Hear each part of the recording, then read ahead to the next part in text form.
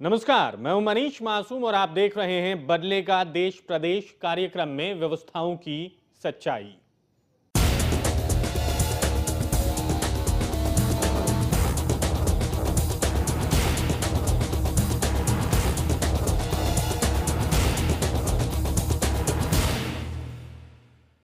इस कार्यक्रम के जरिए हम आपको दिखाएंगे तमाम हालातों की सच्चाई। सही है तो सही दिखाएंगे, गलत है तो गलत दिखाएंगे और जानेंगे जनता के विचार भी।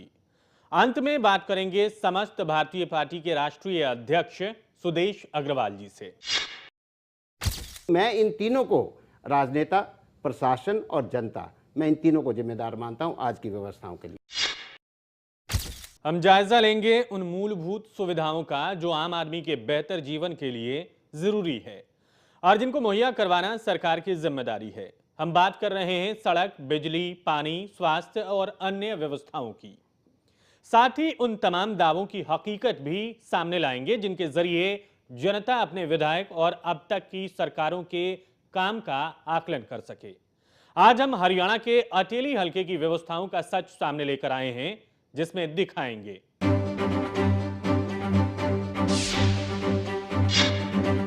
बिजली की व्यवस्था, पीने के पानी की व्यवस्था, कृषि के लिए पानी की व्यवस्था, स्वास्थ्य सेवाओं का हाल, शिक्षा की व्यवस्था, सड़कों की व्यवस्था, कानून व्यवस्था, नगर पालिका और पंचायत घरों का हाल, गांव के हालात, बस स्टैंड का हाल, अनाज मंडी की व्यवस्था, सीवरेज और कूड़ा करकट के निपटान की व्यवस्था और अंत में वो समस्याएं जिनसे आम आदमी जूझ रहा है, भ्रष्टाचार, महंगाई, बेरोजगारी। इससे पहले कि व्यवस्थाओं की सच्चाई का सफर शुरू करें, आइए पहले अटेली हलके के बारे में जान लेते हैं।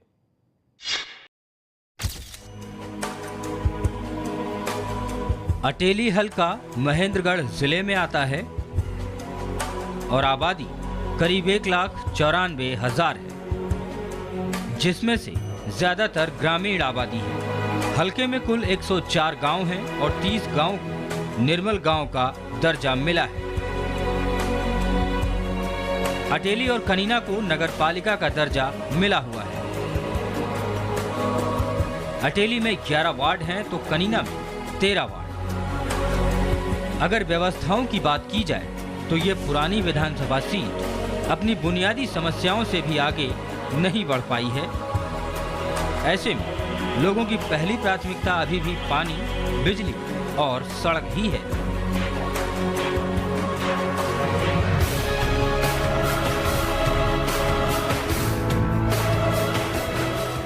अटेली हलके को जानने के बाद रुख करते हैं व्यवस्थाओं की सच्चाई की ओर। बात सबसे पहले हलके की बिजली व्यवस्था की। आइए देखते हैं क्या है हालात।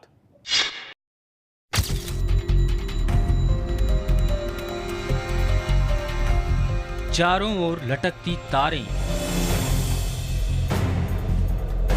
खुले पड़े ट्रांसफार्मर, कुछ ऐसा ही नजारा है अटेली हलके की बिजली व्यवस्था का। बिगड़ा आधारभूत ढांचा और बिजली का कोई पता नहीं। बिजली कब आएगी, कब जाएगी, इसका कोई निश्चित समय भी नहीं है। फिर बात चाहे हलके के अटेली ब्लॉक की करें या कनीना ब्लॉक की, हालात पूरे हलके में एक जैसे ही हैं। बिजली जी हर 1 घंटा आती है तो 2 घंटे गायब हो जाती है। ये लाइट नहीं जाती। कभी तार केबलें चली जाती है, कभी स्ट्रीट लाइट की जो ट्यूबें हैं वो खराब हो जाती हैं, तो कर्मचारियों को शिकायत करने पर 2-2 दिन तक कोई उसकी सुनाई नहीं करता। घरेलू बिजली व्यवस्था की बात करें तो दिन में 2 घंटे और रात को लगभग 8 से 10 घंटे तक बिजली आती है।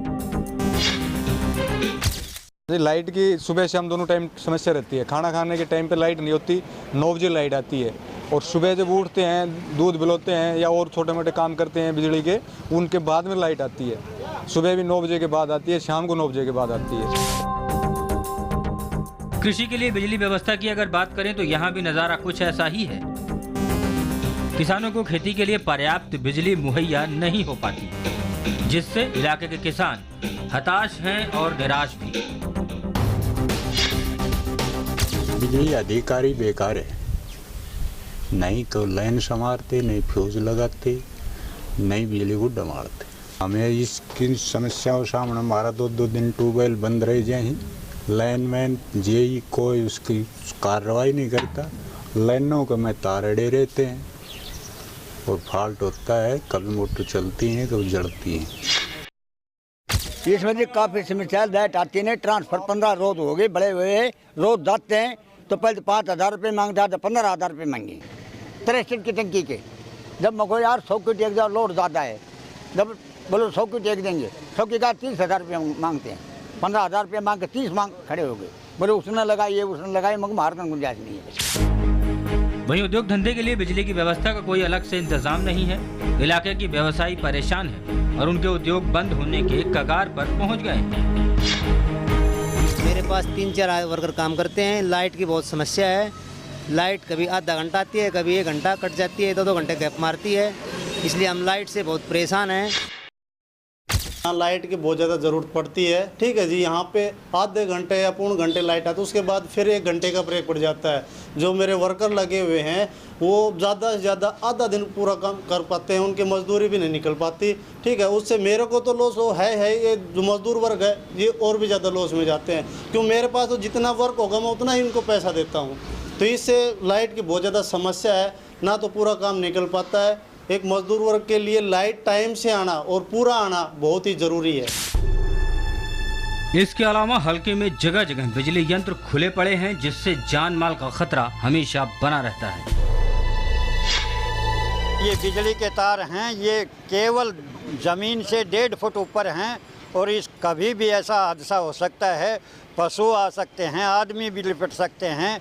और यहाँ ये लोहे के पोल जो कहीं भी सरकार की तरफ से मान्यता प्राप्त नहीं है, ये अवैध लगे हुए हैं, ये अभी तक नहीं हटे हैं।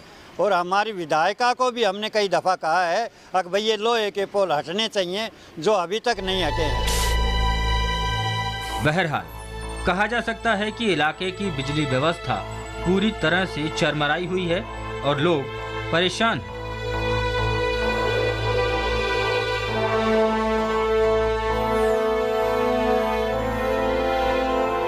बिजली की व्यवस्था आपने देखी। हम आपको याद दिला दें कि चुनाव में मौजूदा सरकार ने 24 घंटे बिजली मुहैया कराने का वादा किया था। बात करेंगे पीने के पानी की। अब वो मूलभूत सुविधा जो जीवन यापन के लिए सबसे जरूरी है।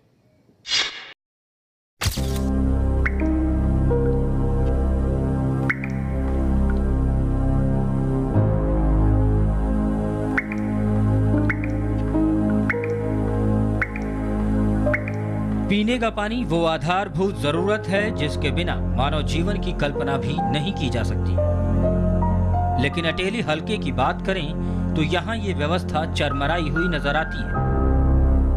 कहीं बूंद बूंद पानी को तरसते लोग और कहीं पानी की बेतहाशा बर्बादी। कुछ ऐसा ही नजारा है हलके के पीने के पानी की व्यवस्था का।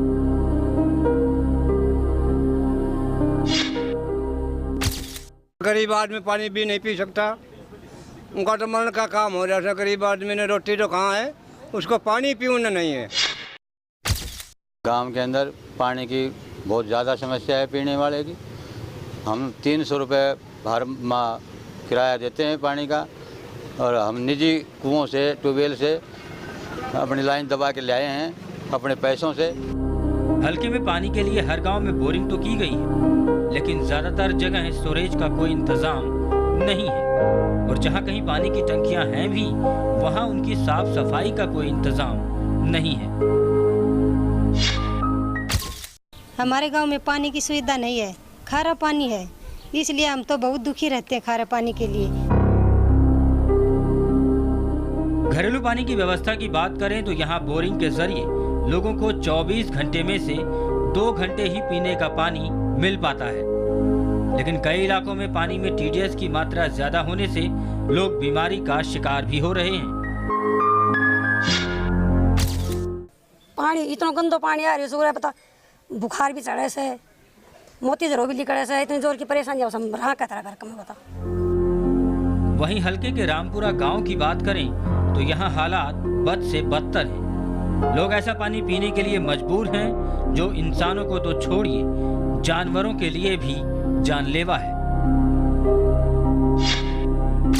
ये पानी बिल्कुल बेकार है, पानी छान कर पीते हैं, क्या करते हैं, पानी पीने के लिए पानी अच्छा नहीं है, इसलिए हम क्या करें, मुझे मजबूरी में पीना पड़ता है। पानी की लाइन जो दबी हुई जी सही नहीं है, गंदगी का पानी जोड़ी से वापसी आता है। कुछ ऐसे ही हालात हल्के के कई गांव में हैं। कुल मिलाकर ये कहा जा सकता है कि पीने के पानी की व्यवस्था खस्ता हाल है और ऐसे में लोग बेहाल हैं।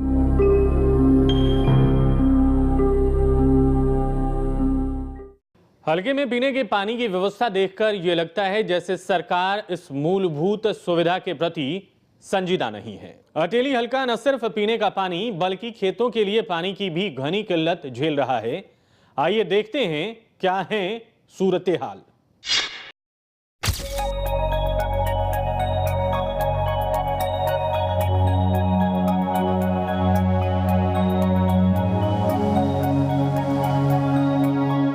कृषि के लिए नहरी पानी। अटेली में कृषि के लिए नहरी पानी की व्यवस्था की अगर बात करें तो हालात कुछ ठीक नजर नहीं आते। इंदिरा गांधी नहर योजना के तहत पूरे इलाके में केवल एक नहर है जो कुछ ही किसानों के खेतों तक पहुंच पाती है, लेकिन नहर में भी पानी नाम मात्र का ही है, जिससे किसान बेहद परेशान हैं। मेरे कुएं के पास से नहर जा रही है, कभी आती है कभी नहीं आती, आती है तो बिल्कुल 1 फुट आती है जी, ना कुआं में पानी चढ़े ना और कुछ और। तो शुक्र करो भगवान ने बारिश कर दी, अगर बारिश नहीं होती तो प्रयोग करने में लोगों को इतनी परेशानी हो जाती जिसकी कोई हद नहीं।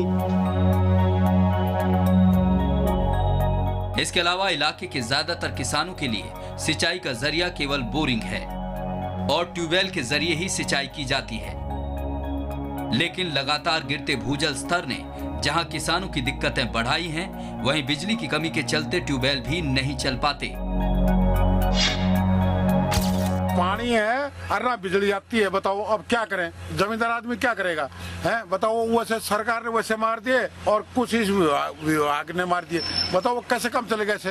लाइट सारी 3 घंटे वो भी कट लगा के आती है, बताओ। इस कांग्रेस सरकार ने तो भट्ठा बैठा रखा है।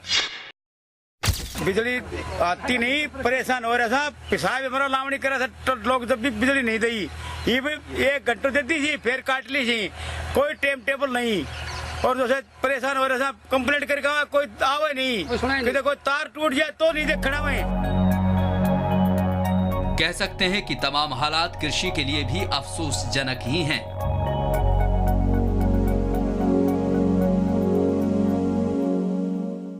न इस्तेमाल के लिए बिजली और न पीने के लिए पानी।